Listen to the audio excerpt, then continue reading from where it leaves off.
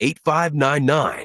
That's 916-277-8599. Or visit ReviveMen'sHealth.com. Join Sacktown Sports at Twin Peaks for big game action on over 40 screens.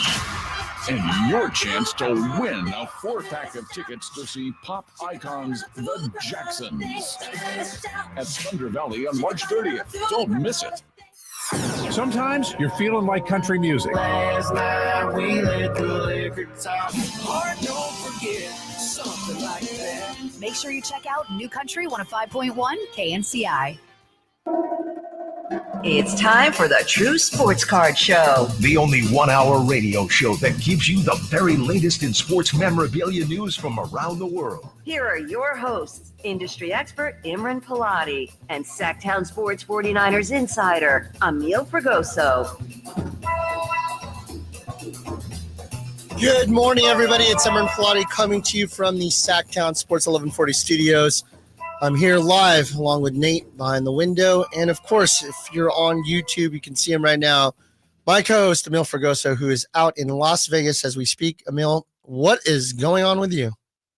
I am doing good. How are you guys doing right now? We're doing all right. Emil is coming from Las Vegas and enjoying his week. It's Super Bowl week, as everybody knows. And what's awesome about Emil being out there is that he is covering the Niners, obviously. I was out there multiple times this week, and when I say multiple times, kind of wacky. I was there for a conference, like a framing convention, where I bought some materials and equipment to be able to do some of the custom framing of our shop coming up, which we'll talk about in a little bit. I flew out on Tuesday, and then Emil, I flew in and flew out again on Thursday because I did a charity event with Tim Brown for his foundation, for Elizabeth Smart Foundation. They had quite a few athletes there, including some Hall of Famers that I got to meet and work with, Rod Woodson, Marcus Allen, Jerome Bettis, etc. So I had my fun, but both days were in and out. I flew in the morning, flew out that night. But you've been there all week. So let's talk about Super Bowl week before we get into other stuff regarding cards and memorabilia. Emil will be with us for the next few minutes, kind of talking about the game itself and the week leading up to it. Nate would happen to be there as well, and Emil is still out there. Let's start from the beginning, Emil. Are you going to be there through the game, or are you coming home tonight, tomorrow? What's the scenario for you personally? Oh, no, I'm going to be at the game. Yeah, I just picked up my credential yesterday. I will be at the game covering at Legion Stadium for Super Bowl 58. Very, very excited for it. I'm really more excited to watch the halftime show with Usher, honestly. With that said, I mean, if you think about this, there's actually some really cool prop bets. One of them was how many songs in Usher's playlist. The over-under was 8.5. So I figured, he's going to be doing the 30-second, 45-second song at a time. So my guess is that he's not going to do past, I don't know. I think he'll probably do 10 songs. Well, guess. I do have a little insight on that, actually. From reports, usually the Super Bowl halftime show is 13 minutes or capped out at 13 minutes. Usher's team got him 15 minutes, so I would definitely bet that over. 15 minutes. Yes. I still think the best show that I saw on TV, I've never been to the Super Bowl before. Best show that I saw when I watched some of the ones going back was Prince's one that he did where he played the guitar, Purple Rain, in the rain. And one of the things that we found out was that his equipment managers and stuff were telling him, please do not go out there. This is a real hazard. And he's like, no way. This is my moment. I'm going to do it. He's playing electric guitar in the rain, Purple Rain. It was just one of those like feel good moments.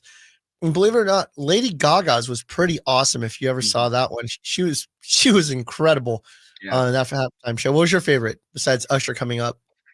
My favorite one, I'm in the minority. I feel like Rihanna was pretty good last year, as well as I really liked 2 years prior, Eminem, Dr. Dre, Snoop Dogg.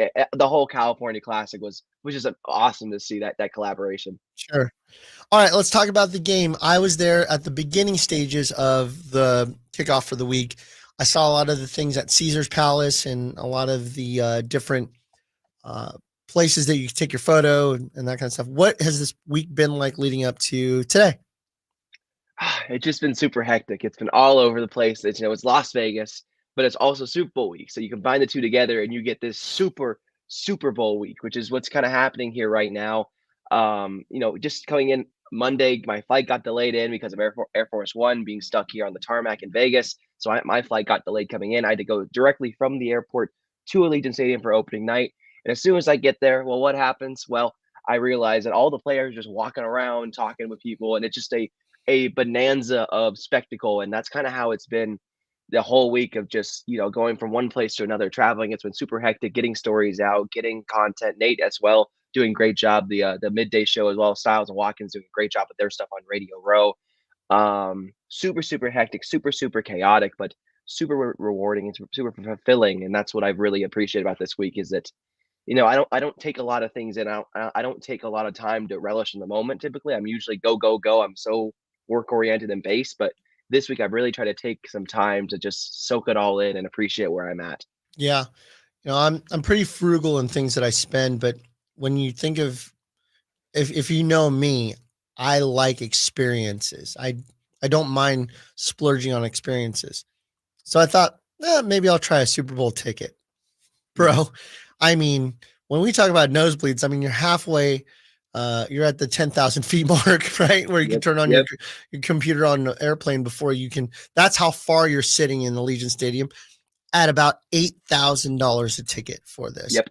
And for you to be able to be in the building as part of the credentials for media, I hope you really take advantage of that and absorb what I know you're working. There's no doubt about that. I'm looking at Nate right now through the window, and he is a zombie. He's been working all week as well. But tell us a little bit about maybe some of the injuries that we need to be aware about, or any kind of trends that you're seeing that might affect the game itself. Yeah, on the injury front for just the 49ers, they are the healthiest they have been all season. Eric Armstead, George Kittle, Ambry Thomas, Oren Burks, all the guys that were kind of banged up going into this week, fully cleared, fully ready to go. The only person who is on the injury report right now is second-year defensive tackle Kalia Davis, who is on the IR with an ankle injury. I don't think will be cleared. He might be, but really for this Niners team, they're as healthy as they can be. And that's a blessing in itself that the Niners are going into this at almost full strength. Obviously, they don't have Talanoa Funga still. He's still out for the season with the torn ACL. But besides that, they're fully healthy going into this game, and that's a blessing. On the Chiefs side, they are without all-pro left guard Joe Thuney. He is not going to play in this game, so that's a big loss for them. Out with a pec strain, potentially surgery for the tear. And everything else is kind of the same. It's Niners, Chiefs, Patrick Mahomes versus Brock Purdy. The Chiefs are 4 Super Bowls in 6 seasons. The Niners are trying to get their first in 30 years, trying to break that Super Bowl drought they've been trying to break for multiple decades. And that's what it comes down to. Is the juggernaut Chiefs going to get another Super Bowl? Is Mahomes going to get his third? Or are the Niners finally going to finish their quest for number 6? And I know our producer, Nate Littlefield, is really hoping for the latter there. I would tell you that this is probably the weakest of the 4 Super Bowl Chiefs teams going in. They've struggled all year. They've had lots of problems. I think that when I say lots of problems, I'm talking about a Super Bowl team, so it's not like that many problems, but their receiving core is just probably the weakest. Not even probably, it's confirmed as one of the weakest that they've had to take to the Super Bowl. It just shows you the will to win that Mahomes and the rest of the team has had, despite the Kadarius Tonys of the world playing games both mentally and physically. Clyde Edwards-Helaire being pretty much a nothing, having Pacheco step up. So they've had other people step up to be what they are. Can you say that this Super Bowl, no excuses, it's a healthy team versus a healthy team for the most part, and we can't say, well, asterisks? I'm asking you, Emil. Yeah, no, there is no excuses here for the 49ers. They have to get this done. And they know that. There is a real sense of urgency with this team to get it done this year because this is their best shot, right? Even in the playoff games, against the Lions and the Packers, things weren't going their way. And then all of a sudden they come back in historic fashion in both games and deliver comeback wins with Brock Purdy. In the moment, this feels like the team of destiny. It's not going to be this season. Then when is it going to be? And to your point about the Chiefs being the weakest supporting cast, offensively, yes. Defensively, they're at their strongest. So they're number 7 DVOA. And that's that for good reason. They held Baltimore to 7 points in Baltimore, I should say, made Lamar Jackson lose his mind at his own home stadium and brought up those questions again for Lamar Jackson. So while the Chiefs absolutely offensively don't have the same firepower they do previous Super Bowl teams. Defensively, they're probably as strong as ever. So it's going to be a real clash of which defense is going to break first, the 49ers or the Chiefs. And if they both break, this could be a shootout. Who knows? You know, you're very factual with what you're reporting right now. Let's get into the emotions right now. Nate, do you mind stepping to the mic? Because when we talk about emotions, here comes Nate. He's going to talk about how he's nervous about the act. Nate, you've had a Radio Row week as well. Tell me how your experience was this past week. Radio Row was insane. So it's in the Mandalay Bay Convention Center, just a big empty room that they filled, and it was honestly phenomenal. I was a little skeptical at first, like what's going to happen. Every entity is in there. You see ESPN bringing in like Pat McAfee's booth. It's not a booth. It's a whole set they bring in, and it's ginormous. It's ginormous compared to us. We have 2 Lifetime tables put together in the middle, and then so like all around the edge of the building, it's like NBC set up with Pro Football Talk and like Chris Sims and those guys.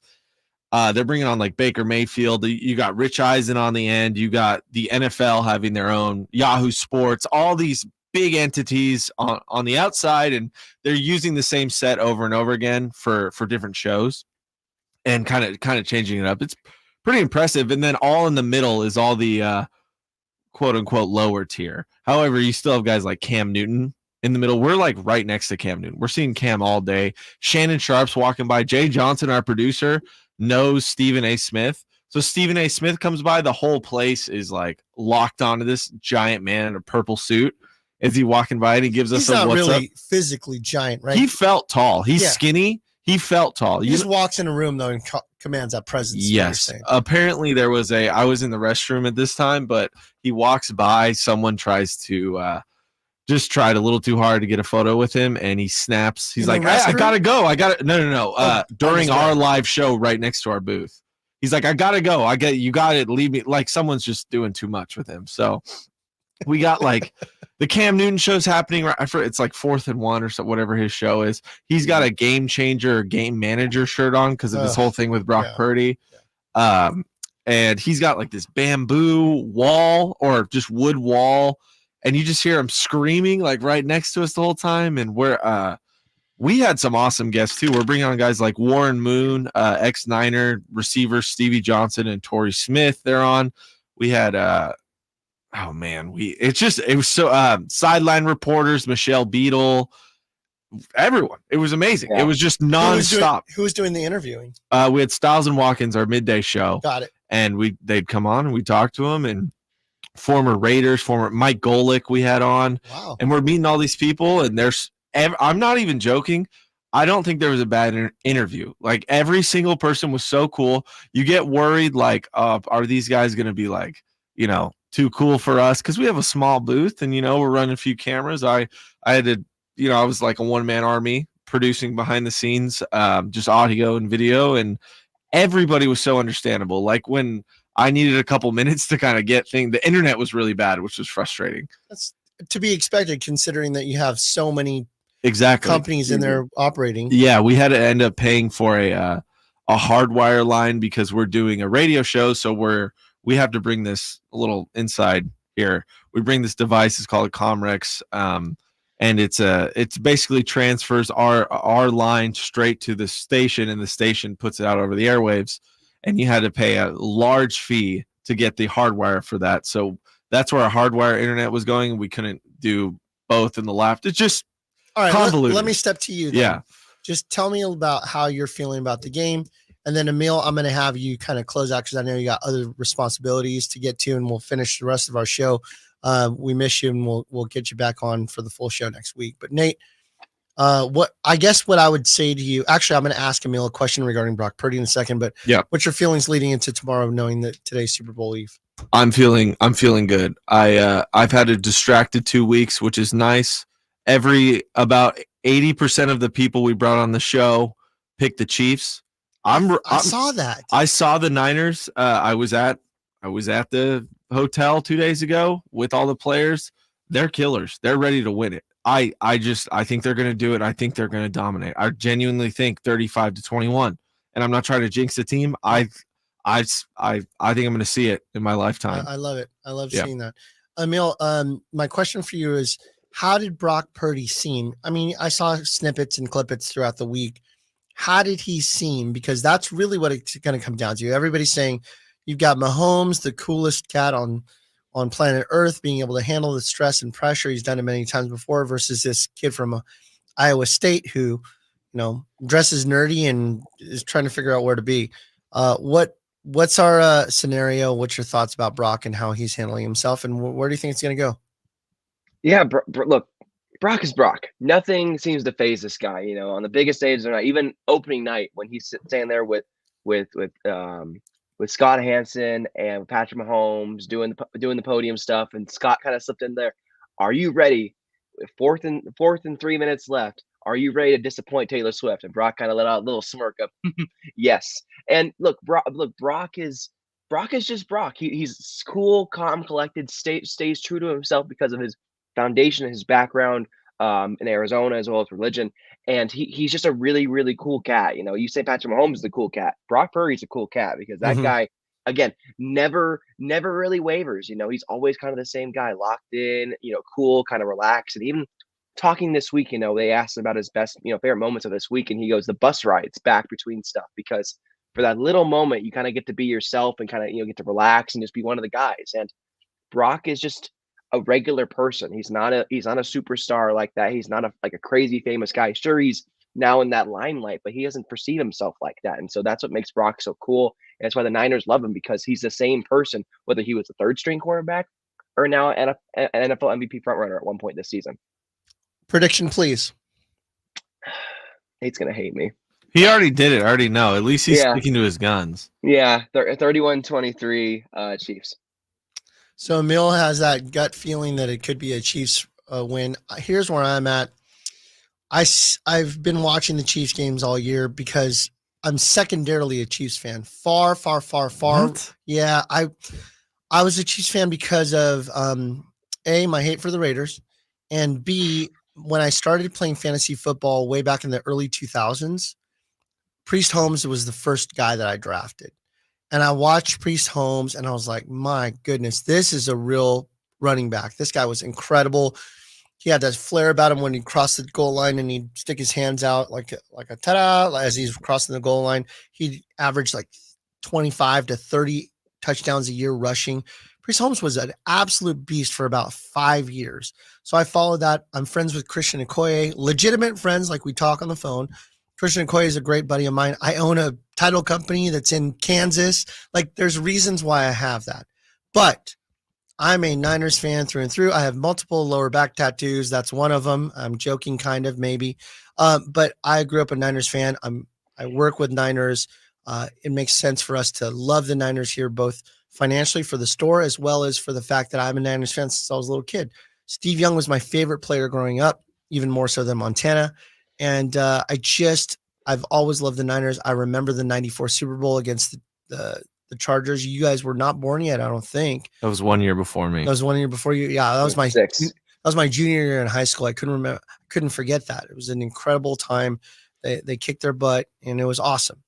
I've watched the Chiefs this year and I've watched them struggle. And I've watched them struggle with hitting their wide receivers. And if it wasn't for Kelsey, they'd be in real trouble, like maybe not make the playoffs kind of trouble. Their receiving core sucks.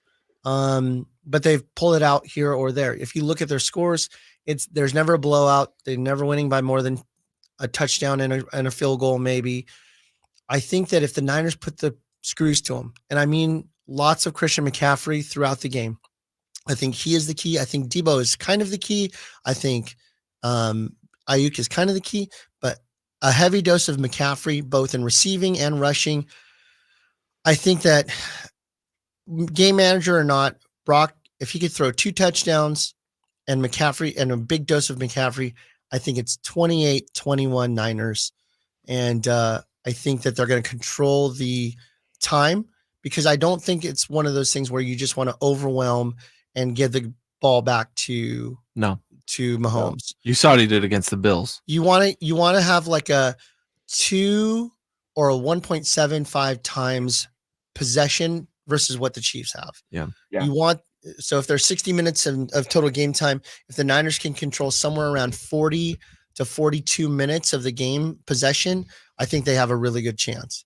And I think that's where we're at. 28-21 Niners, McCaffrey the MVP. That's what I think. I hope you're right, Emran. I really do. I want to cover a winning team. I don't want to cover this losing team again. I really don't. It's heartbreaking to watch this team lose in the big moment like that. I would much love to see something different than the Chiefs and Taylor Swift right off in the sunset. Well, I mean, you're a Raiders fan, so you're used to all that. All right, so let's move. Emil, you are awesome. Thank you for joining us, and we'll see you next week. Enjoy the Super Bowl and go Niners. Thanks, guys. Have a good one. All right, so Emil has dipped out. He's got a lot of things to do today on the eve. Nate, let's just kind of go over some of the things that I've got on my schedule and time. If you guys want to call in, say what's up, say hi, feel free to come through at 916-339-1140, or you can hit us up on the text line, which is, I don't know. You have a question right now on the YouTube chat. I don't have my glasses. Okay. You want me to read it?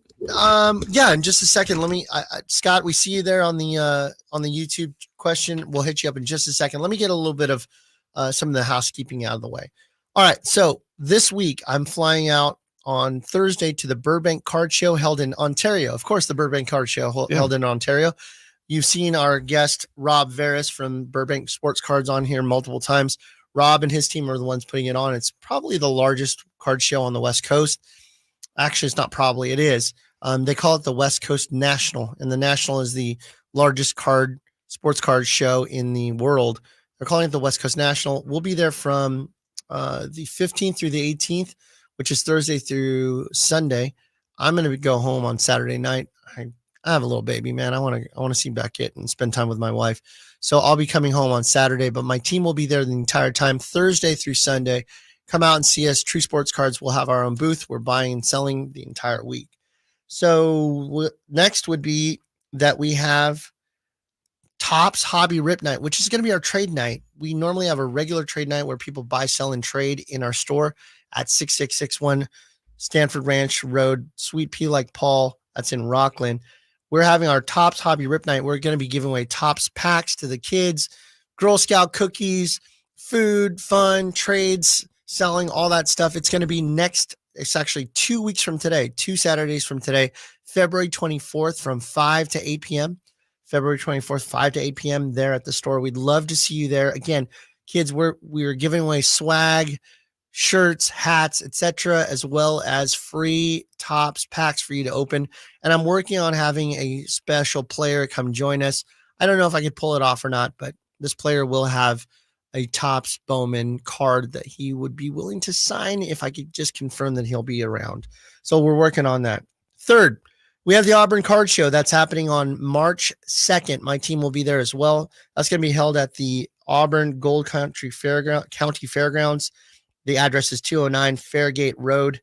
That's going to be the Saturday, March 2nd from 10 to 5 p.m. at the Auburn Card Show. Look forward to seeing all of you there. And finally, as far as housekeeping goes, the Roseville Galleria, many of you have been excited and saying congratulations to me and the team about expanding into the Roseville Galleria to having a new shop. We have it. We're going to be taking over the American Visions Gallery shop that's already existing. If you don't know the name of the shop, go to the shop that has thousands upon thousands of Funko Pops in there. That's the one that we're going to be taking over starting March 1st. The store is open right now. You can go check it out, but we're in the process of conversion. We're in the middle of inventorying some of that, what's in the store.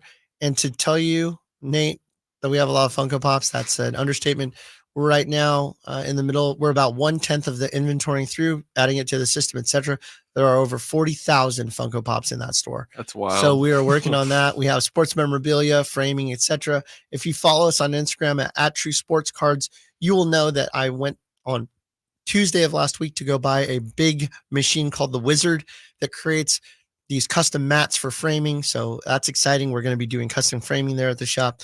It's an exciting time for True Sports Cards. We have 2 locations now, one in Rockland, one in Roseville. We want to be your local card shop, and we love having you.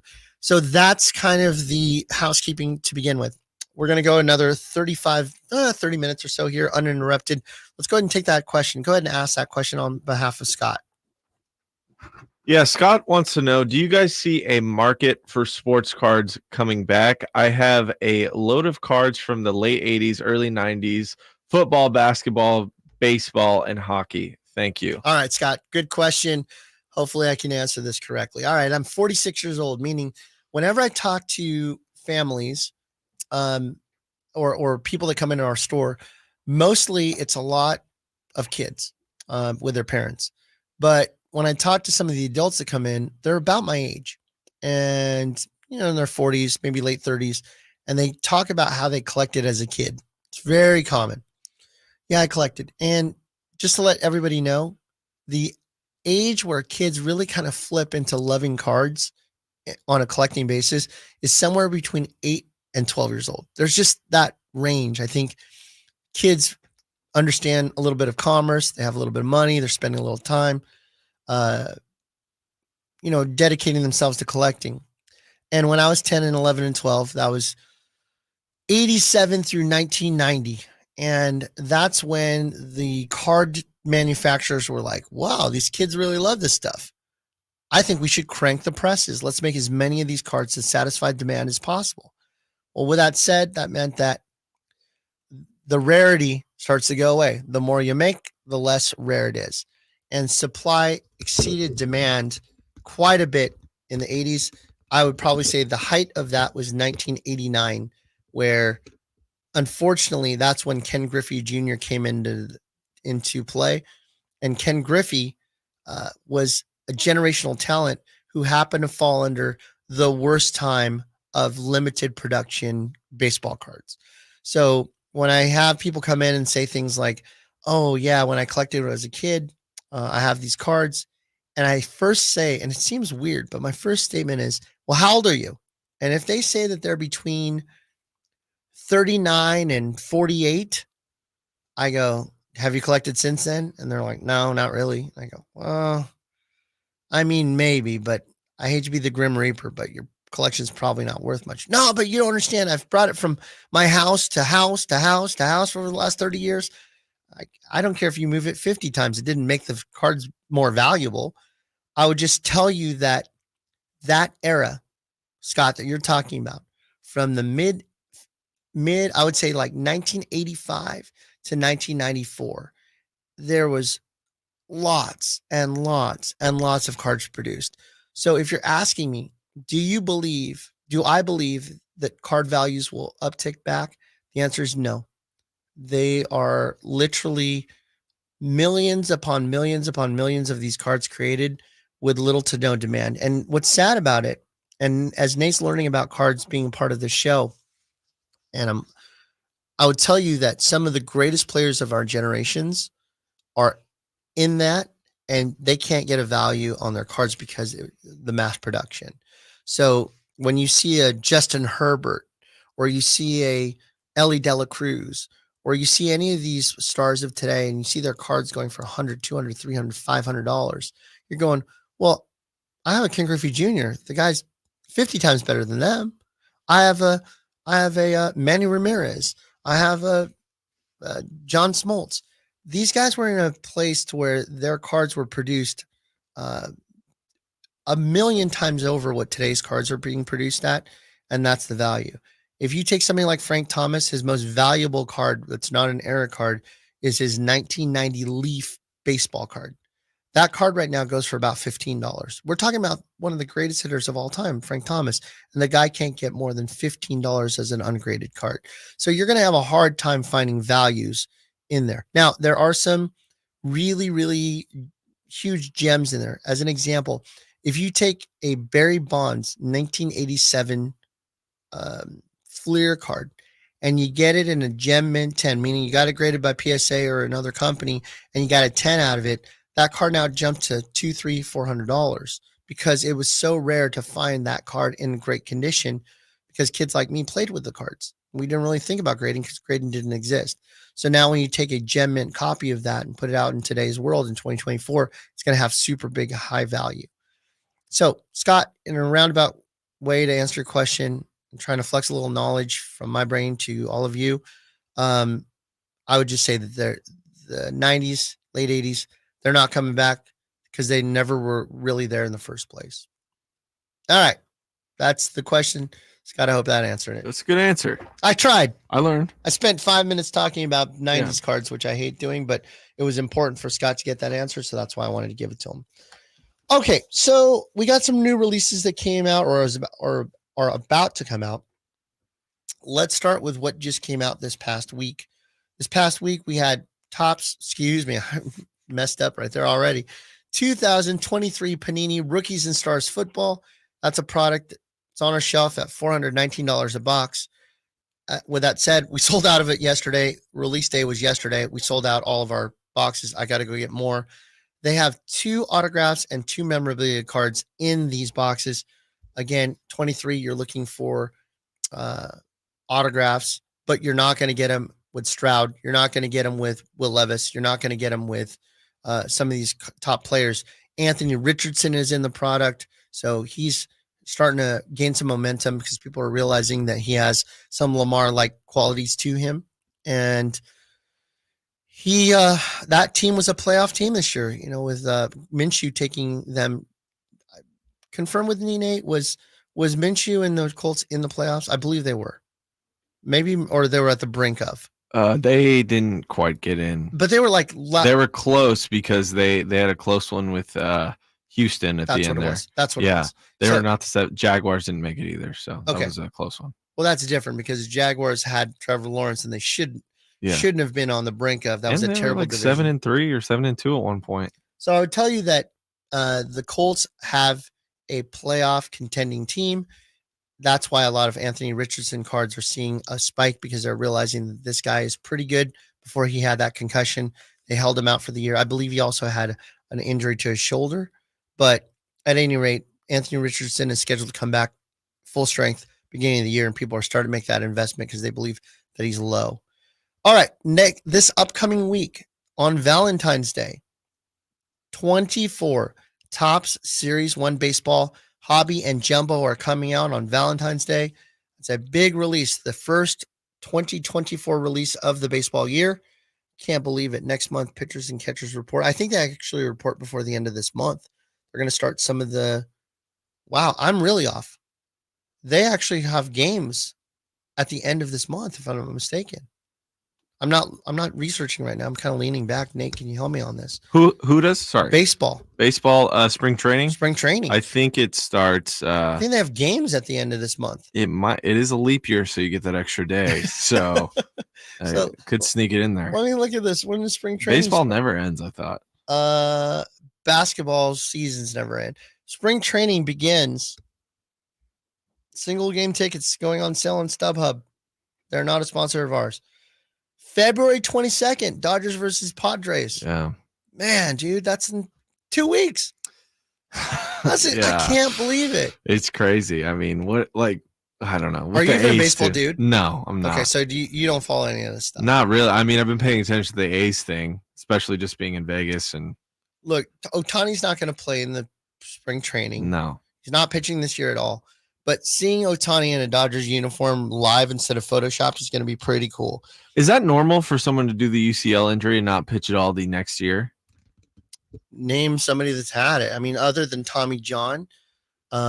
Just because the NFL guys do, like Brock did. I think Stafford had the same injury. It's wild. I don't know. I think if you're going to make an investment of $700 million, you're going to take it slow with your guy, particularly the fact that he can still hit. And NL has DH, which didn't exist a few years back, but he doesn't have to field. He's fine. He doesn't have to throw. Just hit and run. So with that said, the Topps Series 1 Hobby, we have a pre-sale. We're taking pre-sale until February 13th. That's it. Once it hits the 13th, it's going to be regular pricing. Pricing on our shelf on February 14th, release day, will be $100 for a box of Hobby and $175 for a box of Jumbo. You can get the pre-sale right now, coming into our store and picking up a box, paying for it in a pre-sale. $80 instead of $100 for the Hobby, and $150 instead of $175 for the Jumbo. These are great deals for you to come in, reserve your box, and then when you come in on February 14th or later, just know that you have a box waiting for you at the pre-price. And remember, prices often will go up when product demand happens. You're locking in your product at $80 for regular and $150 for jumbo. The other big release that's coming out is coming out Wednesday as well. It's 23-24 Panini Prism Basketball Hobby. That is Wemby rookies and all the other superstar rookies from this year. And strangely enough, the one guy that hasn't got a lot of hobby love that needs hobby love immediately is Brandon Miller, the second pick of the draft out of the Hornets. Have you been watching basketball, Nate? I've been paying attention. Yeah. Oh, well, the Kings are killing me. But besides that, Brandon Miller, yeah, dude, he had like 5 games in a row of 20 plus points. He's killing it. He's playing both people ends. Did not want to admit he was good. It felt like coming into the draft because of all that stuff at Alabama, off court stuff. But no issues so far, dude. He is awesome. And the debate was him versus Scoot Henderson. Yeah, Scoot's struggling. Yeah, and I thought that some trades would happen to help with Scoot. Malcolm Brogdon should have gotten traded. He did not, meaning that still got the logjam between him and Simons and Brogdon and Scoot. And Simons is a great player. Oh, he's awesome. Yeah, he's awesome. So they're in a weird spot. Yeah, they should have traded Brogdon.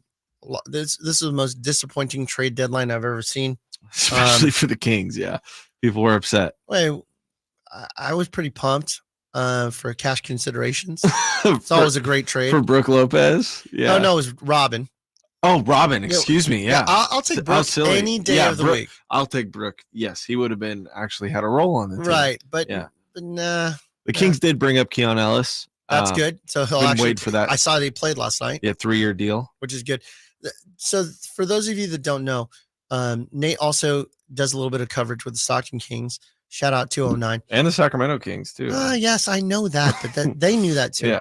Point of why Keon Ellis, as much as he has played very well, why hasn't he played at all? And you see a lot more Davion. There was like a restriction of his ability to play in games before they flipped the contract to a guaranteed contract. I think they wanted the flexibility of being able to have him be part of whatever trade scenario was there. Once the trade deadline went through, they signed Keon. And now you see him playing. The dude has not played in like 12 games. You are exactly right. Yeah, because it seems like they're kind of phasing out Davion, but they had to pick the games they wanted Keon for. It was in the Stockton League, I believe. If you're on a 2-way contract where you're in between the G League and the NBA, I believe you get 50 games. So they were waiting. You're right, because this was a question all the way up to the deadline. How are they going to get Keon on this roster? And they sign guys like Juan Toscano Anderson. You're like, all right, what's going on? So it's nice to see Keon get that role. He fits in well. So we're going to see a lot of rookies there's a lot of rookies playing this year on different teams. Where one of the real awesome guys playing right now is Cam Whitmore. Have you seen him play? Not really. No. Cam Whitmore, take a little look on his stats. Cam Whitmore is a guy that was drafted in the teens. He was drafted. Let me see where he was drafted. He's 19 years old, plays for the Rockets, and he's been really good as far yesterday, 19th, he scored 17 points, 5 of 9 shooting in 18 minutes. This guy is really playing well, averaging 12 points a game. He's somebody that I would consider investing in. More so, and if you think about the Rockets guy was the Thompson twin, and amen. And those Thompson twins are struggling. And they were supposed to be the highlights of this product, by the way, from Prism, because they were the highest drafted autograph guys in there, 4 and 5. And they're just struggling. Although the Pistons version, Asar Thompson, Pistons won the other night. I just don't get these Kings, man. I don't know. And then they beat the Nuggets. I don't like crush the Nuggets. I don't know, man. It doesn't. No Cade Cunningham. It doesn't make any sense. No Cade Cunningham. No Bogdanovich. So stupid. So dumb. So you have a 17-point a game guy not playing. You have an 18-point a night guy not playing, and then all of a sudden they beat the Nuggets at full strength with Gordon and Jokic and Murray, and they still beat them by what was the final score last night? By 138 to like 101 or something. It wasn't even close. It wasn't even that close. Which is fine. I mean, I want to ask you though, like the Rockets are kind of exceeding expectations. I know they're 12th in the West, 5 games under 500. But what do you think about Şengün and his value? Do you think he has potential to be a superstar in this league? Yeah, I think he's going to be. Look, the next couple of years, he'll be a household name. If he was selected as an all-star, I still would have been outraged that Sabonis didn't get it over him. So stupid, by the way. Which is already a stupid thing that's happened. But I would have been outraged. But I wouldn't have been mad that that Şengün was actually picked because his stats definitely say it. Are you mad that Cat got it then? I'm mad at Cat. No, well, I think that if you have a top 5 team in the West and you have 0 all-stars selected and you have players like LeBron, who is going to be in no matter what, but you have Anthony Davis, and I can't fault his stats, but they're 9th in the West. Okay. Yeah. They're 9th in the West, and you have 2 all-stars, and you have somebody 5th or 4th in the West, like the Kings are, and you have none. And Sabonis is just the triple-double king. Yeah, 16 already, I think. The dude is averaging 8 assists a game as a center. He's so good. And you can't. Anyways, I don't want to be on the radio complaining the entire time, but this is just ridiculous. I think we were talking about Panini Prism. It's available, and I will tell you also, Sasha Vezenkov's cards are in there. I saw a rookie that came in through our store. It's not a ton. I think we have it for like $4 in the store, but it was nice to see Sasha and his rainbow 3-pointers playing again last night. I mean, that dude hits the ceiling. Yeah, and then he has that bow and arrow thing he does. Yeah, he's a interesting guy. I don't know how long he'll be sticking around for. He's cheap. Yeah, he's cheap. He's cheap relatively. But he's going to be 20. I don't know. Whatever. And then finally, next Friday, we have Panini Court Kings. It's let me go back to Prism Hobby. $9.75 a box. I'm staring at Nate right now. That's a lot. $900.75. How would you break that? I'm not. Listen to me, guys. Listen to me, radio fans. I'm not setting the price. Prism Panini is setting the price. I'm just the one carrying it. I would love for every box in my store to not exceed $250. I promise you that. But Panini has said this is what it needs to be at for retail, and they make it that way, not only for you as the customer consumer, but for me, the guy that has to buy it. So trust me, I'm buying it at a really high price. Can I ask why you're carrying it then if you don't want to sell a box more than $250? As Jalen and Jacoby once said, you got to give the people what they want. And they want, okay, so they're at some point I won't carry a product. As an example, there's a product called 2022 Immaculate Football. Mm-hmm. Okay. Even 23 was worse. You would spend $700-800 as a consumer on a box, and you're pulling these cards out, and they're like these little napkin color. When I say napkin, I mean it's just one color. There's not pieces of different colors of the jersey, and they say player worn. And what I want people to know, what player worn versus game worn means, is that the player literally took a jersey that was not a game used jersey or anything like that. They put it on their body. They take a picture of them wearing it on their body. They take it off their body, give it back to Panini, and Panini cuts it up into a bunch of little pieces to put on the card. Okay. Literally puts it on their body for 1 second, takes a photo, and takes it off. And then now they could say it's player worn. If you ever want to see something funny, Nate, you could even do it as we speak. Mark Ingram jerseys. Okay. What Mark Ingram did, the running back for the Saints at the time, put on like 50 jerseys at the same time. He looks like a little Stay Puft Marshmallow Man wearing these jerseys. He's smiling. And they take all these jerseys and they say that they were player worn. You can Google it. You can just see it. I see. He looks ginormous. Ridiculous. I think this might be Michael Thomas. And then unless he's just wearing 80, but no. The reason why they wear 80, Nate, is because it has the most pieces of jersey number that can be cut. That is the stupid. Also, Michael Thomas. That's my bad. But that is the stupidest thing I've ever heard. It doesn't matter if it's stupid or not. That's what they do. That's so funny. So the number 88 gives you the most amount of actual patches on a jersey, right? Number 1 would give you the least. So what they do is they just have them wear like an 88 jersey. I'm pulling the curtain behind. This is good. That is insane. Yes. So if they wear a bunch of 88 jerseys, they can cut up a jersey. They can cut one extra large jersey up into about 1,000 pieces. that they would go into a card. I don't know if anybody knows this. I'm giving you some inside baseball here. And then what happens is they look for pieces that have, multiple colors in it. Like on a Niners jersey, they want red and white and gold. If that little piece has that in there, there's an inflated value in that. Why am I going on this tangent? Because in the immaculate product, they have a bunch of player worn stuff, meaning, hey, the guy put it on his body, Debo put it on his body, took a picture with it, took it off, now it's player worn. Okay. I want game use stuff. Show me something that has a piece of a game used jersey that was worn in a game. And that's what I loved about Upper Deck in the old days. Here I am talking on my soapbox about back in my day when I collected, here I go. But Upper Deck, if you collect anything from the mid 2000s, basketball, football, any of that stuff, you'll see, and you'll flip it over on the card and it says, this piece of memorabilia was actually game worn in a game. And in some cases, they would tell you what game it was, right? Oh, this was actually worn in the Super Bowl in 1994. That's so cool. That's what we would want. Yeah. So when you're buying a product as a consumer at $700, $800, $900 a box, of course you're going to feel ripped off.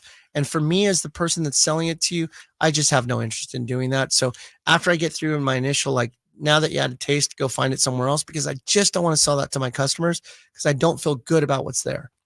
I'd much rather you come in and spend your money on singles and buying the cards that you want rather than the gambling aspect and seeing what you get. And that's why I tell people, if you decide to open boxes, which is wonderful, people should open product if that's what they want to do. Open it in store, because if you get something really cool, but it's not somebody that you collect, I'll be happy to trade it in for store credit or maybe even purchase it from you if it makes sense. But it's your chance to take something that you got the endorphins of opening something. You're excited about it. Yeah. I pulled this. It's really not, I'm not an Anthony Volpe baseball Yankees collector, but I know he has value. So would you trade it with me, Imran? Absolutely. What else would you like? We can kind of figure out some kind of thing that works for both of us. So trading out of a product or an item that you pulled that you don't want into something that you do want, we're all for that too. All right.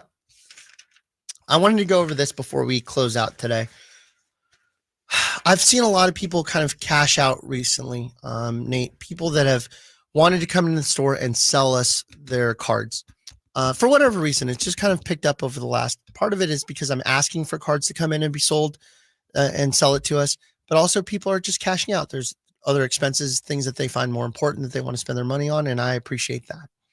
So there's some strategies when it comes to selling. And I want to talk a little bit about that because I want you as the owner of your cards who are thinking about selling, where you're going to get the most amount of money. And there's three places. There's many different ways to sell your cards, but I'm going to give you three of the most common ways. The first one is direct to the final customer, somebody that you're going to sell the card to that's going to own it, love it, keep it. It's in their collection. You will get the most amount of money if you can find that person that's going to want that card. Nate, who's your favorite player in the world? Probably Patrick Willis. Okay, who just got into the Hall of Fame. Yeah. Shout out Patrick Willis. Congratulations to him. So if we had a Patrick Willis autographed card and we found Nate Littlefield and he was a card collector and we said, hey, Nate, would you want this card? Nate would probably be somebody that would pay the most for this card versus somebody that is indifferent to Patrick Willis or doesn't collect the Niners. So if you want the highest value back to a sale, you're going to want to find the Nate to your Patrick Willis card. The second way to sell is to sell on, by the way, on those direct to consumer, we're talking about eBay or setting up at a card show and selling, or going to a trade night like we have on February 24th at our store, where you're meeting somebody that has an interest in Patrick Willis and you trade them their card or sell it to them. That's what I mean by direct to the final customer. The next best way is selling it to a seller wholesale. So a seller that's going to retail it and find the Nate for that Patrick Willis card, you're going to sell it to them. They are a little bit more indifferent to it, but they might say, hey, I'll pay you a percentage of the value of the card, but not the full value. And that's somebody that would say, sure, I'll sell it to you for a little bit of a discount because I don't have to hunt and peck and try to find Nate to sell this card to.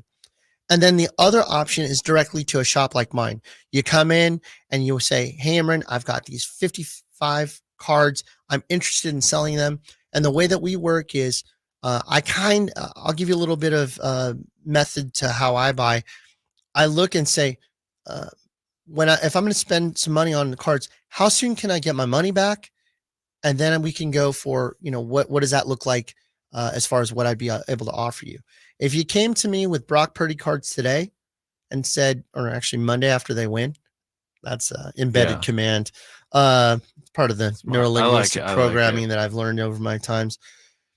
I would tell you that I would pay more for a Brock Purdy card than I would for a 30-year Peyton Manning card wearing the Indianapolis Colts card. Okay. We're in Sacramento. Brock Purdy's hot. He's current. He's now. Peyton Manning, while he's an all-time great, a third-year Indianapolis Colts Peyton Manning card doesn't really make sense for us locally. However, I buy everything except for what Scott asked about earlier. Anything from 85 through, except for in the chat here, AC.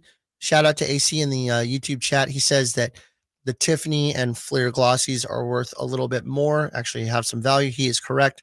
There are really some certain cards there in the 85 through 94 region that have some value. But for the most part, we buy all the modern cards. I love vintage cards. If you have anything pre-1975, I'm a buyer, particularly in the 50s and 60s.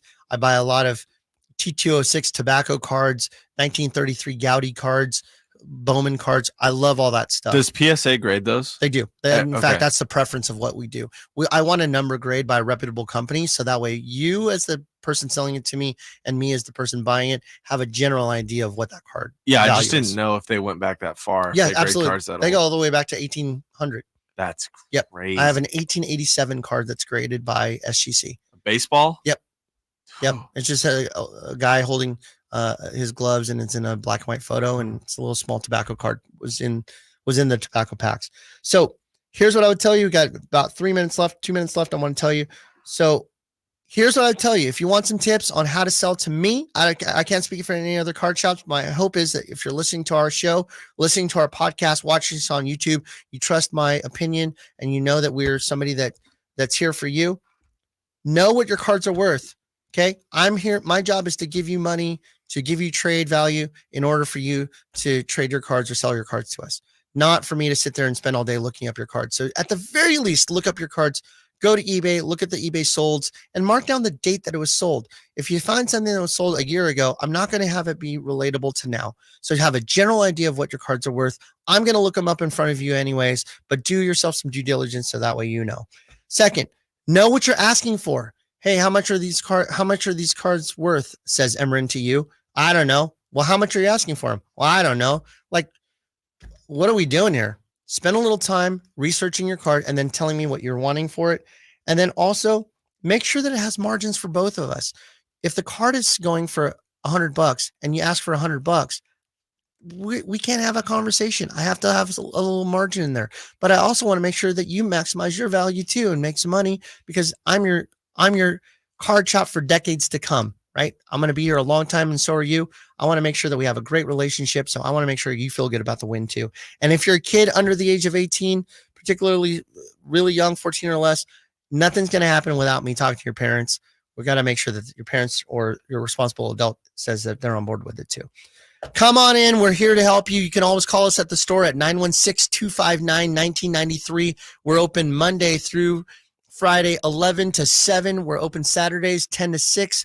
We're open Sundays, 11 to, I'm really wrong now. Just what's the address? 10 to 5. The address 6661 Stanford Ranch in Rockland. One last thing I'll tell you. We will be open tomorrow, 10 to 1. It's just me. I'll be there. If you have the urge to rip some product or buy some cards before the Super Bowl, it's your last chance to make an investment into whether it be Mahomes, Purdy, or any other person on that team. Tomorrow is your last chance. Some cards are going to be up, some cards are going to be down, but Monday is coming, and we've got some significant activity that's going to happen starting tomorrow. We're open at the store 10 to 1. I look forward to seeing you right before the Super Bowl. Happy Super Bowl, everyone. Nate, don't you worry, Nate. It's going to be just 35-21. I say 28-21, but we're both on the same time, same side. Guys, thank you so much. We'll see you next week from the Burbank Card Show. It's us, the True Sports Card Show. Emran Pilati, Nate Littlefield, and Emil from the Field. See you later. Thanks for listening in on Sacktown Sports 1140. It started with 32 teams back in September with one goal